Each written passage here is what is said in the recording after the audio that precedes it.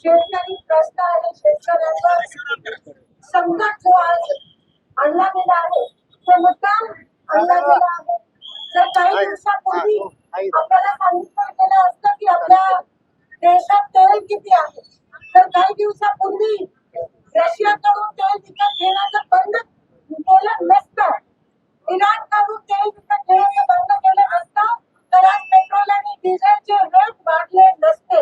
काही दिवसापूर्वी पंतप्रधान आपल्याला सांगतात की खतं वापरू नका, शेतकऱ्यांना खरीपाचं सीझन आहे त्यामुळे खत वापरू नका.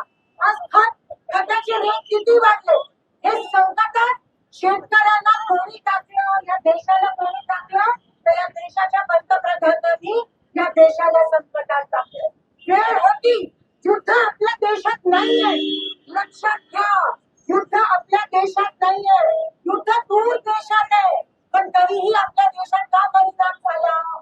तेच ते इंदिरा गांधींचं बोलतात त्यावेळेस भारत युद्धात होतो तरीही स्टेबल राहिलं. आज भारत युद्धात नसतानाही भारताच्या लोकांना भोगावं लागतं, कारण या मोदीच्या सगळ्या पॉलिसीमुळे त्यांना ट्रम्प तात्यांना आव्हाने केले. त्यांच्यासमोर जसं ट्रम्प बोलले तसं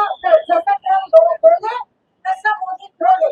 केवळ अदानीचे जे गुन्हे आहेत ते माफ करण्यासाठी ट्रम्पच्या आव्हाने केले आणि आपला शेतकरी संकटात पडला. मात्र हे अमेरिकेत हे विमानात जाऊन वेगळी करत बसते आणि आमचा शेतकरी हा संकटात